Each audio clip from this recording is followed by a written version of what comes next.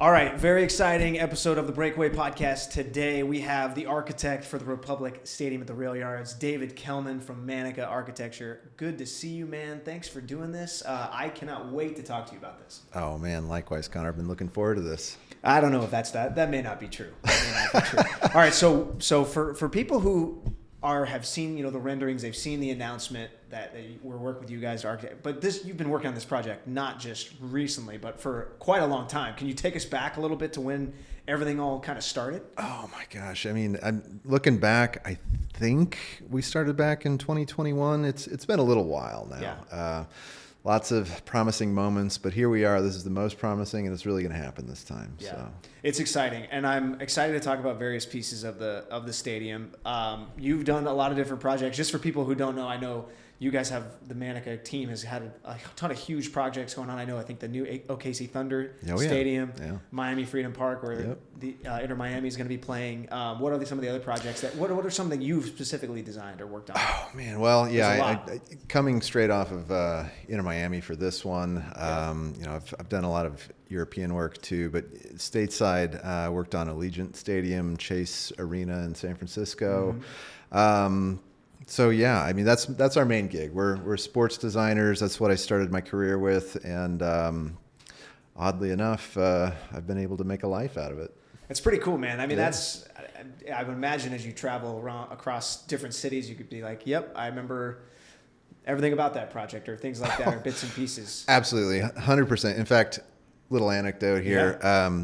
It's a podcast. It's all anecdotes. Yeah, I flew through Phoenix this morning to get here. Okay. And I love flying through Phoenix, not for any other particular reason other than every single time I fly through there, I get to see my very first professional project. Oh, what was that? It's the convention center in Phoenix. Oh, okay. Yeah. So when we come in either on final approach or on takeoff, I just look over there and I see it. And I'm like, man, that's forever ago. That's awesome. And actually, funny enough, so David MANICA, the owner of our company, that's where I met him on the very first project there. He was our design lead on that, and I just followed him ever since, more or less. That's awesome. Very cool. Before we got started, you mentioned, because you've obviously talked with a lot of us here at Republic. You've seen many pictures, many videos of, now kind of being a part of the team in a way. Like what you kind of mentioned before we started, like what has stood out to you about the people from Sacramento and who you've got to deal with? Man, I think what I was telling you before is that, especially certain personalities within this team, but even just other people that I've seen in the city, is that there's just this general sense of pride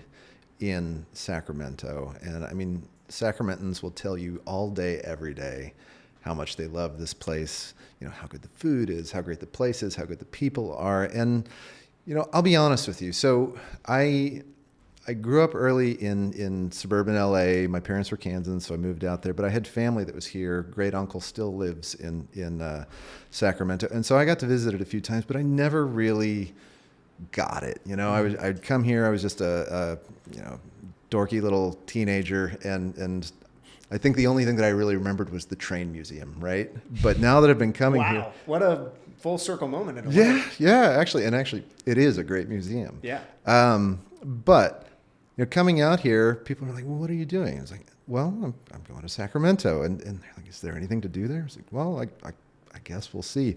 And immediately, it was just like this very comfortable sense, and not... it feels good to be here. It's walkable. It's, there's people doing all sorts of different things, and you can feel a vitality. Obviously it's gone through ups and downs, but it feels like it's on an upswing, and you get that just from the way that people talk about it, just the looks on their face. I live in Kansas City, and we've had something a little bit similar to that. In my younger years, there was nothing to do downtown. Nobody really thought about staying in Kansas City, but it's totally changed. And people come to the city and they want to be there, and they act like they want to be there. And I see the same thing, maybe even more so here. So I love it. And you get to be a major part of the development of this downtown with this stadium. That's the fun thing about what I do, is that everything that we're doing is centered around a piece of pride within the city. Even the teams that maybe are a little down on their luck or whatever, there's this sense of hope that either bringing a new stadium or renovating something. It's like at the beginning of every season where hope springs eternal, right? It's like, okay, we're going to win the championship this year. Right. And, maybe half hour into the first game, you're feeling differently, but there is always that hope. Otherwise, why would you ever come back? Right. That's sports. And I get to have that with every project. Mm-hmm. And I think that's part of why I love it. I want to ask a little bit about this project and like kind of your passion, seeing you on the calls talk about various things that you're excited about. Like we can talk about the project as a whole, but what are the certain aspects of the building that you're excited to see come to fruition? So one of the things that I really love about this is how we're creating these little neighborhoods around it. We're creating a bit of a microcosm of the city and the community where there's a lot of togetherness. Everybody enters at the same spot. Everybody proceeds through there. In fact, we're looking at this as hoping to create or further some of the traditions that the team and the fans have. People coming in, the supporters marching, playing their music, banging on their drums, coming around. But everybody's coming in on the same level, quite literally. And there's something beautiful about that. You don't have some of the really big fancy stadiums, everybody's just segregated. It's like, okay, the VIPs come in here. You've got a little bit less VIP all the way down to whatever. But here it's all going to be the same thing. And I love that aspect of it. And I also, it's such a simple thing, but there's these 3 moments within the stadium that just feel really good to me. And 2 of them are on the north and south side. There's these little bars. One is in the supporter section, and it's just it's the heart of what I think of as the supporters plaza up there. We're trying to create a bit of a backyard party. Playing cornhole. Maybe there's some music, but then there's this bar that's right there. And I just think it's going to be a hot spot. I think people are going to love it. I think it's just going to feel comfortable, and I hope just be the spirit of that whole side of things. And then we've got on the south side, it actually more or less mirrors to that side, but we've surrounded it by the stairs that get you up into the bowl, and some of the concessions, and there's this overlook that actually acts as part of a roof over the bar. And it's a see and be seen place. Everybody's got to walk by it to get to their seats. You could hang out there, you could people watch, it's just a moment of togetherness. Plus, I love a good beer, right? So, and I mentioned that there are 3. The third one it's up at the top of the main stand, the west stand. We're creating this big terrace there, and there's going to be seats overlooking both the pitch, but also looking back toward downtown. There's going to be an opportunity for hosting events there, and I think it's just going to be a great place to hang out. I'm imagining how it'll be just on an evening, whether there's a match there or not. Go up there, have a drink, maybe have some barbecue, look back at the city. If there's a match on, great, I'll watch the match too. But if not, I'm just going to hang out, nice breezes, and it's going to be great. Sacramento County's Community Wellness Response Team is here to help if you're experiencing a behavioral health crisis. Care should feel safe. That's why we have specially trained mental health professionals partnered with peer counselors with lived experience to provide compassionate, non-law enforcement crisis support. Call 988 to connect with help today. Are you headed to the San Francisco Bay Area from Auburn or Sacramento? You can take Capitol Corridor and avoid the traffic. Whether it's a spontaneous getaway or a planned adventure, enjoy our train's scenic views, room to stretch, and a cafe car to sip and snack. Visit capitolcorridor.org. Your train, your way. At Oak Grove Charter School, our students chase their dreams and advance at their own pace. EGCS offers flexible schedules, small class sizes, and accelerated learning in a fully accredited learning environment. We help students balance their academic goals while pursuing their passions in club sports, performing arts, entrepreneurship, and much more. Oak Grove Charter School is now enrolling. You learn more by going to egcs.egusd.net to give us a call at 916-714-1653. Yeah, there's a lot of different aspects within the stadium. I guess, how did you, when you come up with specifically, say that 400 level on the west side of the rooftop, how do you come up with those ideas? And because you obviously had to come up with that to get to the point to now you kind of start thinking about the intricate details, but what was the thought process of kind of starting with some of those things and building, I want to make this building a little bit more feel like Sacramento. It's in the rail yards. We can have that industrial look. Like, how do those elements start and then progress? Oh man, well, you hit on it there. See, we're always looking for the designs that we do to have a sense of place, right? So what's different about your stadium? Every time you do one, it's built around the soccer pitch or the baseball diamond or whatever you're doing. And there's a little bit of variability with soccer pitches just because you're allowed to, and there's tradition of having them be a little bit smaller. But by and large, they're about the same things. You've got seats looking down at them. So you're really looking for, how do we set this apart? How do we get this to have a sense of place and get people to feel like they belong? And you were talking about the rail yard. Yes, I mean, it's in the heart of this. And what is more historic in the history of the United States than this idea of movement, and trains just really exemplify that, and they're kind of romantic in a way too. And I mean that not just in the way that they move, but also, to me at least, the mechanics behind it. You look at it, you see the wheels turn, you see the steam come out, and you see what it's doing. And I love that. There's a stripped down honesty to it. You're not trying to, make it this really ornate thing. I mean, I'm sure that you can, Victorian, whatever, but we wanted to really take some ideas of this this honesty in the way that it's built and its materiality and its industrial side of things, and apply that to it. So we're going to have these stands that are, they're not covered up trying to be something that they're not. We're not trying to create some big sexy shell over it or whatever. We're saying, hey, this is what it is. It's metal, it's steel, it's bolts, it's all these things, and it feels very much of its place because you had the tracks, you had the cars, you had welders, whatever, and we wanted it to feel like it was a part of that and its history. And then to bring in some of those other things, those senses of motion, the traveling, and so we were talking about the procession that comes in, and so I think we're thinking of it on different levels of how we bring those aspects into it, even at just very small items.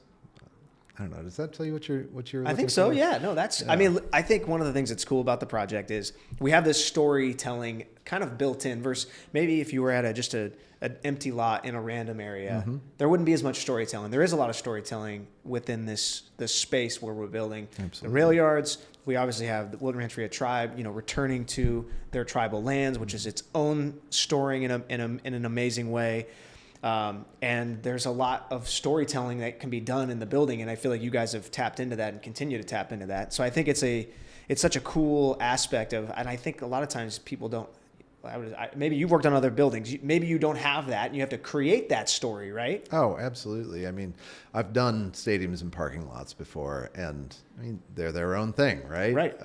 You don't get that chance to tell those stories, and so you have to kind of make things up out of whole cloth sometimes. Sure. So right. Yeah.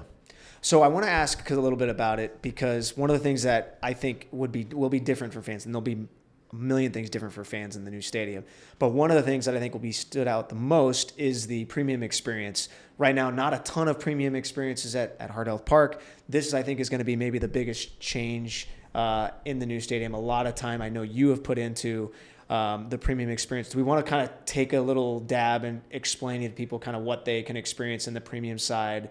Because there's a lot we could talk about there for sure. Absolutely. I mean, the most obvious thing is that I think we're going to have more comfortable seats. I mean, who doesn't love having a nice, comfy seat there? So, I mean, we're creating a number of different opportunities within that stand.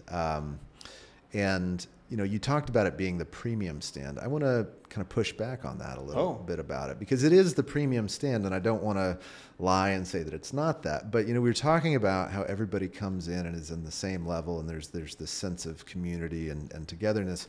We've done something in this stadium that you would not normally do in a lot of other stadium, and that's where we're bringing in general admission into the stand as well. Yep. So, if you were to take away all the other stands, you've got this big, beautiful stand that's got, very nice restrooms, very nice food offerings, great view, shade, all of that, just from the, the height of it.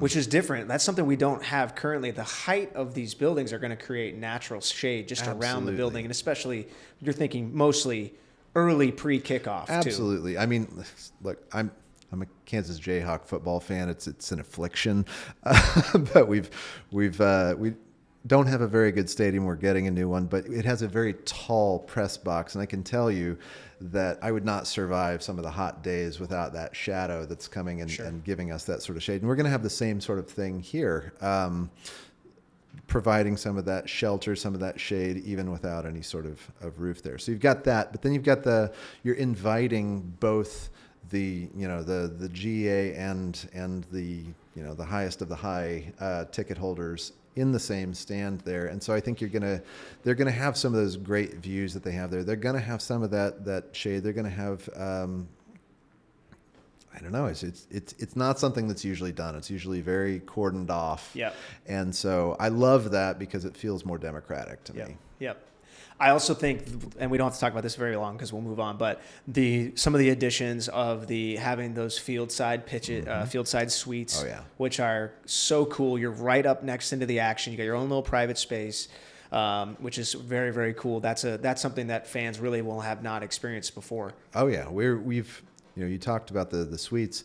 We've got the ones that are down right at pitch level, so you're going to feel like you're really part of the action. So if you love that viewpoint, being down there, seeing the guys either on the bench or on the pitch, shoot, hey, I can see their whiskers. I'm so close. Right. It's pretty cool. So that's one option. And then we've got some other suites that are elevated more in a traditional location. And then we've got these cool things. We call them loge boxes, and it's a much comfier seat. Mm-hmm. It's got an elevated. We've actually got both those down at the lower level and up at the suite level. And they're going to have areas where you can lay out your food, comfy seats, like I said before. And, we're working through the details on exactly what else is in there, but it's going to be like having a suite without a suite, Yeah. It's going to be, I'm excited to see some of those spaces come to fruition for sure. I want to get to the overall fan experience and every little detail that we all have to think about on a daily basis, which is crazy being on some of these calls and hearing literally how much detail is talked about is insane. What are some of give some fans an idea of the dumbest decision and change you've had to make, but how impactful that dumb little decision may or may not make, if that makes sense. You're like, this doesn't really matter. And then it all sets off a chain reaction. There's a million of them, right? Absolutely. What kind of handrail are we going to have? That's one. I don't know. Sometimes we get into the just the little colors of things, but I'm trying to think of something that's really what you're after here. But we're talking about shade structures. We're talking about what will the texture of the concrete be? Yeah. How does the building come to life at night with lighting, and there's all kinds of stuff. Absolutely. Oh my gosh. Yeah. We're experimenting with some things. I don't know where it's going to land, but we've got some ideas of how we could possibly enliven the outside of the stadium. Maybe even getting to the level of, whoa, the Republic just scored a goal, and the exterior of the stands glows with red or something like that. Yeah. So I don't want to promise that to anybody, but that's something that we're looking at, that sort of thing.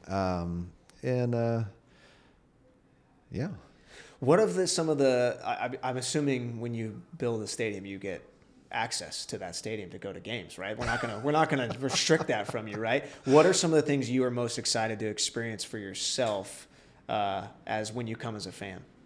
Oh man. Well, I mean, honestly, you guys have a really up and coming team. I mean, just watching them develop and have success. I want to see the action on the pitch, but also, I mean, just seeing how quickly this community has embraced and grown in its support of the team is really awesome to behold. And I think just I want to see, you know, what carries over from, you know, where they are now, and what the new traditions are. I think that watching as those things develop, you know, maybe it's a new chant, maybe it's a new way of you know, an activity before the match, or maybe it's the way that people are hanging out. Maybe it's a song. I don't know what it is, but it's really that excites me even more so than the building. But I also want to see how they approach it, because I'm hoping that they put their own mark on it, not just with the way they use it, but maybe even, I don't know, doing murals on it, or having a physical impact on it. I want to see how the fans affect it. That's really what matters to me. One of the things that makes Sacramento Republic games, like currently and historically, so electrifying at the fans and the atmosphere. It's one of the things I'm most excited to see on game days. One of the things that people do on corner kicks, free kicks at the current building is they stomp their feet and the place goes nuts. Oh. That is something that will continue. Oh man, yes, awesome. And more yes. So yeah, we're really into that idea, and I love just how intimidating that can feel, you know. And you know, this is going to be a bigger stadium. But we don't want to lose that. So the west stand that you were talking about with the premium, that's going to be like some of the other buildings that you see with the concrete treads and everything, and you won't get it from there. But the other three stands, it's going to be metal, it's going to be loud, it's going to be brash. You're going to hear people coming up the stairs. You're going to hear people, you know, stomping on it, and I think that's awesome because it's going to be very intimidating, I think. Made in the Shade Tent Rentals is your #1 choice for tent rentals in Sacramento and throughout Northern California. From concerts, festivals, to corporate events, outdoor dining, to private special events, construction, manufacturing, or farming, whenever you need shade, whatever the occasion, we've got you covered. Visit madeshade.com to inquire about options. That's MADE shade.com. This episode is brought to you by SMUD. Are you ready to join us and put down the pump? If you're ready for a clean start, contact SMUD first. SMUD will help you find ways to save, share the best options to charge at home or on the go, and answer any questions you have about owning an electric vehicle. For everything you need to know about buying, charging, saving, and low rates, start here. Contact SMUD at smud.org/driveelectric. This episode is brought to you by UC Davis Health, where care goes beyond hospital and clinic walls to advance health and wellness, because better health takes more than health care. It's having access to healthy food, supporting communities, and believing in better. Learn more at believe.ucdavis.edu. I want to talk about, we talked about the shade stuff for a little bit, but we see how tall these buildings are, and I try to compare it to Heart Health Park, but it's so hard to visualize the difference in the height and of all the sides and how much shade they'll create. But we talked about the East neighborhood, so behind the East stands, which will be, I think, a huge hub for people where a lot of the concessions will be, which is going to be such a cool place. There's a lot of things that I've seen that you guys have kind of put it together, but it's also a place where I think there's going to be significantly more shade around the stadium than I think people originally expected, just because of the height of everything. How much does the flow of fans on game day, and I know you've been in some of the F&B conversations a little bit, but how much does the flow of the game day, as fans come in the building, they can kind of experience multiple different spaces? You mentioned the Supporters Plaza, versus kind of currently we have one kind of main area where people can go experience, but there's so much other now with the size of the actual outdoor concourse and that people can experience. Like how much are you looking in and trying to make those experiences feel a little different for fans, so they feel like, you mentioned the neighborhood, watching it in a couple different areas, and they feel different? Yeah, so we want to give them their own feel. You know, we're we're talking with the food and beverage people, seeing if there can be some distinct offerings in the different areas. And that's not to say, hey, the people on the East get this and you don't. It's just it's to give other opportunities. If you're traveling through there, on the one hand, it's nice if you can go and get yourself a beer and a hot dog all the way around, and I think that'll be true. But maybe there's tacos at one place, maybe there's pizza at another place, maybe there's I don't know what. Thankfully, I'm not the person who's in charge of the food offerings, because you would not like what you would get. But but I think that's one way we're doing it. We're also we're trying to create these areas. There's this paseo essentially that's going to pull you through there, but off to the side of it, surrounding the different food offerings in the restrooms, we're creating some shady areas, not just from the stadium, but we believe that we're going to be putting in some shade sails over that, so that you're going to have, maybe on the odd afternoon match or something like that, you'll have some nice places to congregate, drink your beer, eat your food, and really stay and enjoy those neighborhoods that we were talking about, which I believe is different than Heart Health Park. Having a little different. Yeah. And the building will create some great shade too, particularly as the afternoon goes by. But we're trying to create some cohesiveness too. So if you look at the bathrooms, if you look at the concessions, some of those will have a language in and of themselves between not just the signage, but also the colors, things like that. So when you're standing at one end and you look down at the other, yes, there are different offerings. Yes, you can get tacos here, but hey, I know that that's a concession down the way, or that's a bathroom. And so, this one's full. I see that one doesn't have any people there. I can walk all the way down there, and you won't even need the signage for that. You'll say, oh, well, that's a black building, or that's a red building, whatever it is. Yeah. And so I think that there's some identifiers and some things that'll be easier to navigate through there too.